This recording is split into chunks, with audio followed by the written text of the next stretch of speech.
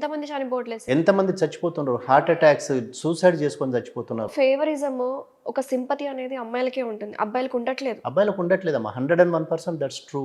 Even being a girl నేను కూడా చెప్తాను సార్. జరుగుతుంది కాబట్టి ఇప్పుడు మెనీ ఆర్గనైజేషన్స్ ఉన్నాయమ్మా. ఇప్పుడు ఇంతకుముందు ఏంటంటే భర్త బాధితుల సంఘాలు ఉండేవి, కానీ ఇప్పుడు ఏంటంటే భార్య బాధితుల సంఘాలు అని చెప్పేసి భార్యలతోటి బాధపడే వాళ్ళు సంఘాలు పెట్టుకుంటున్నారు, వాళ్ళ వాయిస్ రేజ్ చేస్తున్నారు. ఢిల్లీలో అతుల్ సుభాష్ చచ్చిపోయినప్పుడు ఒక పెద్ద ప్రొసెషన్ నడిచిందమ్మా. ఇప్పుడు వారణాసిలో నడిచింది, స్టార్ట్ అయింది, ఢిల్లీలో స్టార్ట్ అయింది. ఇప్పుడు మన ఇక్కడ ఆంధ్రలో ఎవరో ఒక ఆయన ఉన్నారు, ఒక అయినా ఇట్లనే విక్టిమ్, ఆయన ఒక సంఘం స్టార్ట్ చేసినాడు, భార్య బాధితుల సంఘం అని చెప్పేసి క్యాలెండర్ లేసి పంపిస్తూ ఉంటాడు. సో ఏంటంటే మెన్ కూడా రేజ్ చేస్తున్నారమ్మా వాళ్ళ వాయిస్. ఇప్పుడు ఏదైతే బిల్లు ప్రవేశపెట్టారో, బిల్ పాస్ అయితే, బిల్ ఫామ్ వస్తే ఇది చాలా వరకు మెన్కి హెల్ప్ చేస్తుందమ్మా. ఇది మెన్కి చాలా అంటే చాలా ప్రొటెక్టివ్. అంటే ఎంతవరకు అది యూజ్ అవుతుంది లేకపోతే ఏం జరుగుతుంది అని కాదు, కనీసం అరే మేము చెప్పుకోవడానికి మాకు ఒక ఇది ఉంది, ప్లేస్ ఆఫ్ మేము అంటే మా ప్రాబ్లమ్ని అడ్రస్ చేసే ఒక మాకు ప్లేస్ దొరికింది అని చెప్పేసి కొంత అష్యూరెన్స్ అని వస్తుంది కదమ్మా. ఇప్పుడు అది ఇమ్మీడియట్గా కాకపోవచ్చు, లేకపోతే అది ఎంత టైం తీసుకుంటుందనేది తెలియదు, కనీసం ఒక ఫస్ట్ స్టెప్ పడింది కాబట్టి we should be happy for that. Anusha, కొంతమంది బాధితులు మీతో మాట్లాడుకున్నప్పుడు చాలా సాటిస్ఫైయింగ్గా ఫీల్ అవుతారా సార్? సాటిస్ఫైయింగ్ అంటే ఇప్పుడు ఎంతసేపు కూడా అడ్వకేట్లు అయినా ఏమైనా కూడా, ఇప్పుడు నేను ఒక కేసు చూస్తున్నామా, ఏమంటాడంటే ఒక పెద్ద మనిషిని దించారు దీంట్లోకి. ఆయన ఏమంటాడంటే నీది తప్పేరా బై, నువ్వెవరు పెద్ద మనిషి, నువ్వు ఎట్లా జడ్జి చేస్తావు, నువ్వు తప్పు చేసింది రైట్ చేసింది అని కాదు కదా. ఇప్పుడు ఎవరికైనా కూడా షూ బయట అవుతుందంటే షూ ఎక్కడ కరుస్తుంది అనేది షూ వేసుకున్నోడికి తెలుస్తుంది కదా. ప్రాబ్లం ఏంటంటే ఇప్పుడు మీరు ఫేస్ చేసినప్పుడే మీకు తెలుస్తుంది. మీ ప్లేస్లో నన్ను నేను పెట్టుకొని ఆలోచిస్తేనే మీ ప్రాబ్లం ఇన్డెప్త్ ఎంత ఉంది, లేకపోతే ఎంత సివియర్గా నడుస్తుంది అనేది ఆలోచిస్తారు. కానీ నేను ఎంతసేపు నా పాయింట్ ఆఫ్ వ్యూలో, లేకపోతే నేను ఇప్పుడు మీరు బాధపడుతున్నారు కానీ మీ బాధను నేను అనుభవించినట్టు ఫీల్ అయితేనే నేను మీ గురించి ఆలోచించగలను, కానీ అది చేయట్లేదు కదా. ఇప్పుడు ఒక మనిషి తప్పు చేసిందంటే 100 రీజన్స్ ఉంటాయమ్మా, దాంట్లో ఒకటే రీజన్ కాదు కదా, 100 రీజన్స్ ఉంటాయి ఎందుకు చేసినాడు అనేది ఆ పాయింట్లో ఆలోచించాలి. కానీ ఇప్పుడు నువ్వు పోయి ఇంకొక ఆమెతో అఫేర్ పెట్టుకున్నావు, ఇంకొక ఆమెతో ఉంటున్నావు అని అంటున్నారు, కరెక్టే. కానీ ఏంటి, depriving of marital life, depriving of conjugal life, sexual లైఫ్ను డిప్రైవ్ చేసినా కూడా దాన్ని క్రూయాలిటీ అంటారు. మరి అదొక గ్రౌండ్ ఫర్ డివోర్స్ అని చెప్పేసి దాని గురించి ఎందుకు మాట్లాడరు? ఇప్పుడు ఆ గ్రౌండ్ తీసుకొని డ్రైవర్స్ ఫైల్ చేసినప్పుడు మ్యారిటల్ లైఫ్ని డిప్రైవ్ చేసినా, డినై చేసినా కూడా, కాంజుగల్ లైఫ్ను నువ్వు కాదన్నా కూడా, అతను వేరే అమ్మాయితో అఫైర్ పెట్టుకున్నప్పుడు నువ్వు తప్పు చేసినావు అంటున్నారు. కానీ మరి ఈ అమ్మాయిని ఎందుకు క్వశ్చన్ చేయట్లేదు?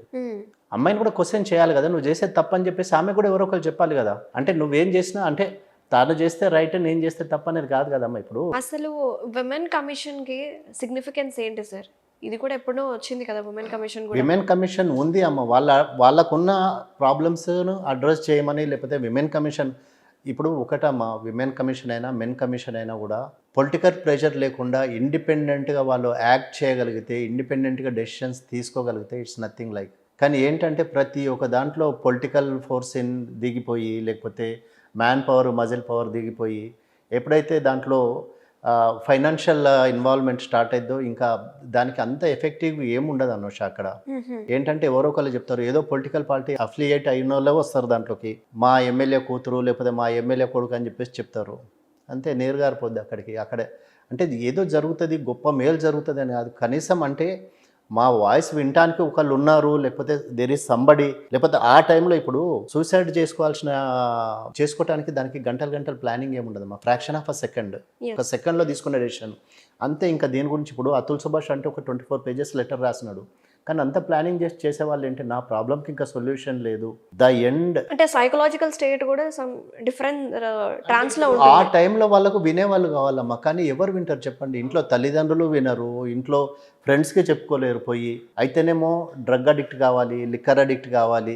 లేకపోతేనేమో ఇంకా సూసైడ్ చేసుకోవాలా. అంటే కాన్వర్ట్ సిచ్యుయేషన్లో మాకు ఇంకా వేరే సోర్స్ లేదు, లేకపోతే చెప్పుకోవడానికి మాకు మార్గం లేదు అని చెప్పేసి ఒక డిప్రెషన్లోకి వెళ్ళిపోయి సూసైడల్ రేట్ పెరుగుతూ ఉంది, మెంటల్ డిస్టర్బ్ అవుతున్నారు, వర్క్ ప్లేస్లో వాళ్ళకు వర్క్లో కూడా ఎక్కువ ఎఫిషియెంట్గా రిజల్ట్స్ ఇవ్వలేకపోతున్నారు. సో ఇన్ని రీజన్స్ ఉన్నాయమ్మా. ఇప్పుడు కౌన్సిలింగ్ అంటున్నారు, మీడియేషన్ అంటున్నారు, ఇవన్నీ వస్తాయి. దాంట్లో వస్తే ఒకవేళ ఇది పాస్ అవ్వడం అంటూ జరిగితే, ఇప్పుడు ఏంటంటే అమ్మా పొలిటికల్ ఇన్వాల్వ్మెంట్ ఒకటి, పొలిటికల్ ఈగో అంటే మేము రూలింగ్ పార్టీ వాళ్ళం మేము చేయకుండా వేరే వాళ్ళు చేస్తే ఆ పార్టీకి మన క్రెడిట్ వస్తుంది, ఆ పార్టీకి వాళ్ళకి మెరిట్ వస్తుంది, లేకపోతే వాళ్ళకి అడ్వాంటేజ్ వస్తుంది అని చెప్పేసి అట్లా తీసుకునే వాళ్ళు కూడా ఉంటారు కదా. అంటే పాజిటివ్ కన్నా నెగిటివ్గా ఆలోచించే ఛాన్స్ ఎక్కువ ఉన్నాయి అనుష దీంట్లో. అవును. సో దాని గురించి మరి involvement of political parties the కూడా ఒక మేజర్ మేజర్ దీనికి అంటే సెట్ బ్యాక్ అయ్యే ఛాన్స్ ఉందమ్మా. అది అంటే ఎంతవరకు దాన్ని అప్రూవ్ చేస్తారు, లేకపోతే ఎంతవరకు అది పాస్ అయ్యి బయటకు వస్తుందో బిల్లు లాగా అనేది తెలియదు. కానీ I wish that it should come అమ్మా. వస్తే మాత్రం చాలా మంచిది. ఎందుకంటే కనీసం ఒక చెప్పుకోవటానికి, ఎక్స్ప్రెస్ చేసుకోవటానికి కనీసం ఒక ప్లాట్ఫామ్ దొరుకుతుందని అనుకుంటున్నాను నేను. ఇంకోటి సార్, పుట్టింటి ఆస్తులు ఆడపిల్లలకి అసలు వాటా ఉంటుందా ఉండదా? ఇప్పుడున్న లాస్ ప్రకారం అయితే అందరికీ ఈక్వల్గానే వస్తుందమ్మా. ఏంటంటే ఫాదర్ దగ్గర నుంచి వచ్చిన ఆస్తిని ఎట్లయినా బై డిఫాల్ట్ ఇద్దరికి ఈక్వల్గా రావాలి. కానీ తాతల తండ్రుల ఆస్తుల్లో ఏంటంటే దాంట్లో కూడా ఈక్వల్గా ఇస్తున్నారు. తాతల తండ్రులు ఫోర్ ఫాదర్స్ యాన్సెస్ట్రల్ ప్రాపర్టీలో కూడా ఈక్వల్ రైట్స్ వస్తున్నాయి. బట్ ఇక్కడ ఏంటంటమ్మా, దానికి ఇప్పుడు యాన్సెస్ట్రల్ ప్రాపర్టీని దాన్ని ఎస్టాబ్లిష్ చేసుకోవాలి, ప్రూవ్ చేయాలి. సో ప్రూవింగ్లోనే పోతుంది అదంతా. ఇంకొకటి మనకున్న ఒకే ఒక సిస్టమ్ జ్యుడిషియరీ ఒకటే, కానీ అది ఎంతకాలం తీసుకుంటుందో. ఇప్పుడు ఒక సామెత ఉందమ్మా, ఏంటంటే కోర్టు ఎక్కినోడు ఒకటే, కొండ ఎక్కినోడు ఒకటే అని. ఒక సివిల్ కేసు కోర్టుకి వెళ్తే అది ఎన్ని సంవత్సరాలు నడుస్తుంది అనేది తెలియదు, డ్రాగ్ అవుతూ ఉంటుంది. Justice delayed, justice delayed, justice denied. So ఏంటంటే ఇప్పుడు కోర్ట్ ఆఫ్ లాకి వెళ్తే అక్కడ మాకు ఏం వస్తుంది అనే ఒక నిరాశ అనేది ఒకటి నడుస్తూ ఉందమ్మా. పెండెన్సీ ఆఫ్ కేసెస్ విపరీతంగా పెరిగిపోతూ ఉన్నాయి. ఇప్పుడు ఇట్లా చూసుకున్నట్టయితే మనం ఇప్పుడు అదే పాయింట్ మీద మాట్లాడితే ఏంటంటే, అంటే సివిల్ గురించి కాదు, నేను మ్యాట్రిమోనియల్ గురించి చెప్తున్నాను. నేను ఇన్ అ మంత్ హైదరాబాద్లో 250 కేసెస్ బుక్ అవుతున్నాయి అట, matrimonial cases, divorce cases in a month Hyderabad ఏరియాలో, హైదరాబాద్లో. ఇంకా మొన్న ఏదో ఒక దీంట్లో చూశాను, న్యూస్లో చూశాను, రీసెంట్లో నార్త్లో చూస్తే ఏంటంటే విత్ ఇన్ 6 monthsలో 1500 కేసెస్ బుక్ అయినాయట. అంటే ఏమవుతుందంటే అనుష, అంటే ఢిల్లీలో కంటే మన హైదరాబాద్లోనే ఎక్కువ అవుతుంది. హైదరాబాద్లో ఎక్కువ అవుతున్నాయి. ఏంటంటే ఇంతకుముందు కలిసి ఉండాలి అని చెప్పేసి కాంప్రమైజ్ అయ్యేవాళ్ళు అనుష. ఇప్పుడు ఏంటంటే ఒక 10 years 15 years రిలేషన్షిప్ కంటిన్యూ అయ్యేసరికి ఇద్దరు కలిసి ఉండటం బోర్ కొట్టినట్టు అనిపిస్తుంది ఇద్దరికి. Plus out side the relationship, out side the marriage, extra marital affairs కానీ ఆ అట్రాక్షన్ ఎక్కువైపోతుంది అనుష. అక్కడ ఏంటంటే పాత భర్త ఎప్పుడు వాడు అదే బోర్ కొట్టినట్టు ఉంటుంది, పాత భార్య ఎప్పుడు అదే బోర్ కొట్టినట్టు ఉంటుంది, అదే నైటీలో తిరగటము, లేకపోతే అదే బొమ్మడానో లేకపోతే టీ షర్ట్ వేసుకొని తిరగటము, బోర్ కొట్టేసి so outside the marriage వెతుక్కుందాం హ్యాపీనెస్. అక్కడ బోర్ కొట్టేసింది భార్యకు కానీ భర్తకు కానీ.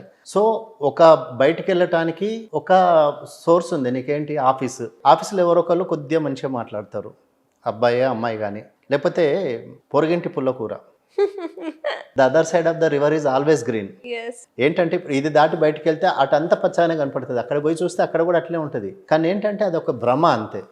ఆ భ్రమలో బ్రతుకుతూ ఉంటాం. అరే వీడి దగ్గర లేనిది వాడి దగ్గర ఉంది, లేకపోతే ఈమె దగ్గర లేనిది ఆమె దగ్గర ఉంటుంది, కొత్తొక వింత పాతొక రోత, అది జరుగుతూ ఉంటుంది. సో ఏంటంటే ఈ ఎక్స్ట్రా మ్యారిటల్ అఫైర్స్ కానీ ఇవన్నీ వీటిలలో వచ్చేసరికి ఉండని భర్త కూడా ఉంటాడు, లేకపోతే భార్య కూడా ఉంటుంది, అది కూడా నడిచిన రోజులు నడిపిద్దాం అంటే ఇంకా కామన్ అయిపోయిందమ్మా. ఇంతకుముందు ఏంటంటే ఒక తప్పులాగా చూసేది ఎక్స్ట్రా మ్యారిటల్ అఫైర్ కానీ, లేకపోతే ఎక్స్ట్రా మ్యారిటల్ రిలేషన్షిప్స్ కానీ, లేకపోతే ఇవన్నీ.